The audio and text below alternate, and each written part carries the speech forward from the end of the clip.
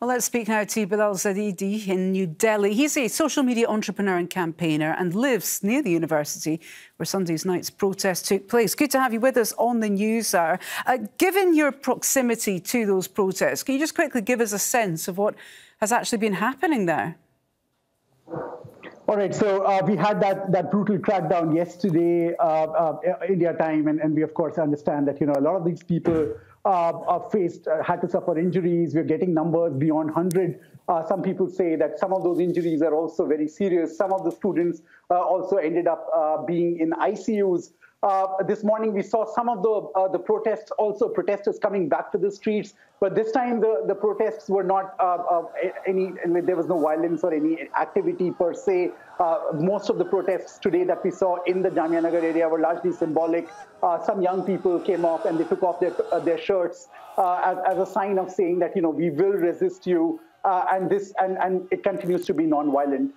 So yes, so we've seen commotion all day today. There is a very heavy presence of the police and the security deployment in the entire neighborhood.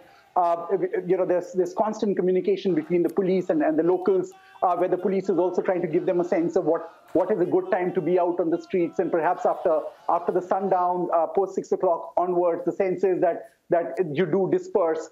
We've seen unprecedented deployment of the police in the entire neighborhood. So that's largely something that people are now really looking at. But at the same time, if you really talk to the locals, it seems that their mood in terms of wanting to make a statement or wanting to be part of the resistance, that hasn't gone anywhere, even after that crackdown that we saw yesterday.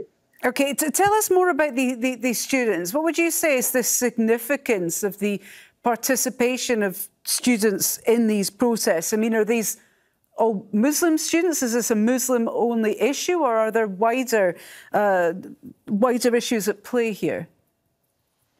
See, first of all, it's important to understand that the way the law is designed, in the design itself, there seems to be an attack on the Muslim community, and that's how the community is really perceiving it.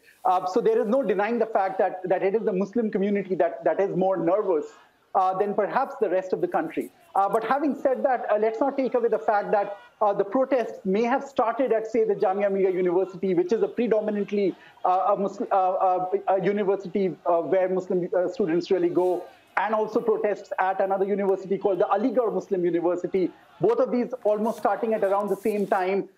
Both of them predominantly, led by students from the Muslim community. But then what we've seen is, especially after the crackdown that happened at Jamia Millia Islamia first, and then followed by Aligarh Muslim University yesterday, we're seeing that this is now spiraling to other universities all over India.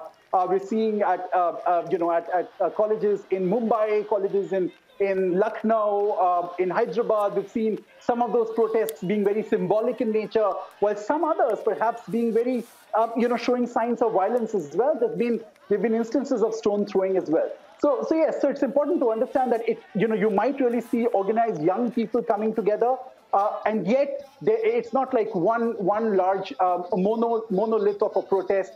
There is a scale and there is a big spectrum of the kind of protests that we are seeing. Some of them extremely peaceful, just symbolic, while others perhaps getting out of hand, showing the signs of nervousness that I was referring to. OK, Bilal Zaidi, we'll have to leave it there, but thank you very much indeed. Bring us all the latest there from New Delhi.